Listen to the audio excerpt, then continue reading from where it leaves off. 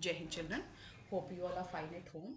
So we had already started this chapter on equality, and I hope you all remember that we have discussed about Kantabai, where on a single day she met when she was standing in a queue ready to cast her vote. She considered herself equal to others, and in the evening when she was waiting for a turn in a public hospital because her child was not well, she understood that if she had money, she would have taken her daughter to a private hospital.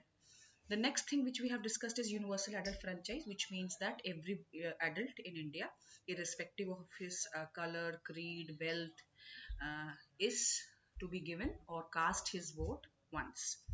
Then we will discuss what are the different ways in which inequality exists in India. One example is the caste system, where an example is given where of a matrimonial site in your book, where people of the same caste or they ask for alliance with a person of the same caste again. So this is happening in the cities, and no wonder things would be more bad in the villages. Then it is an example of a person who has been discriminated on the basis of his again the caste, like Om Prakash Valmiki, who is a Dalit writer, and in his autobiography Juthan, he has to say that he was not allowed to sit with the children in the class, and he used to sit at the back where there was no mat, and he was asked to sweep the entire playground. And he was a boy of a small stature, and often his back would pain. Once his father saw this, and he was very angry, and he threatened the teacher and said that today I'm leaving with my child, but remember that children like him will be coming and sit or studying in the same school. Now, the second story is based on the inequality, which is based on religion, like Mr. and Mrs. Ansari, who were asking or they were looking for a apartment in the city, and they had adequate money, and they even contacted a property dealer who took them to a lady. But when this lady heard about the surname of these people, she denied, and she said that she would not allow anybody who ate meat in that building. But at the same time, they could smell somebody cooking fish. So finally, the property dealer said them that it would be better that they change their surname from Mr. and Mrs. Ansari to Mr. and Mrs. Kumar. And after a long struggle of almost 1 month, they finally got a place to stay. So we understand here that when people are treated unequally, their dignity or self respect is violated. For example, the dignity of Om Prakash Valmiki, the dignity of Ansaris was violated because they belong to a particular caste or they belong to a particular religion. So, the government has taken a number of efforts in order to provide respect and dignity to all. So, the first thing which is there is that the Indian Constitution recognizes every person as equal.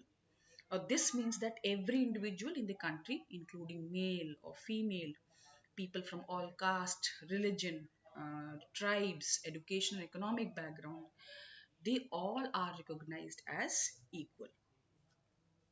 Then the next thing is that anybody, or be it the president or a domestic worker, everybody is equal before the law. So there can be no discrimination on the basis of religion, race, caste. Every person has equal access to all the public places, including playgrounds, hotels, shops, and markets. And all the persons can use publicly available wells or bathing ghats. And the last one is there is abolition of untouchability, which we have also discussed in class 6. The next is that it has come up with a number of ways to implement equality. Like the first one is done through laws. A number of laws are there which protects every person's right so that they can be treated equally. And the next one is through government programs. Now, one program or is has been mentioned in this book is the midday meal scheme. Now, the word itself is telling you that these children are being provided with cooked lunch.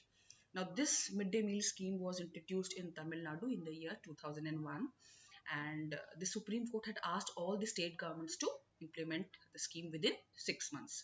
Now, there have been number of positive effects of these programs. What the first one, the children's enrollment in the school has increased, and the children were regularly attending the school. Next, the teachers reported that children who went back to home for lunch normally did not return back to the school if the school was very far from their home. Now, when the midday meal scheme has started, children do stay back in the homes. In the schools. Second, the mothers who used to interrupt their work to feed their children, this has been stopped. Third, the caste prejudices have been removed. How both the upper caste children and the lower caste children sit together and eat the meal.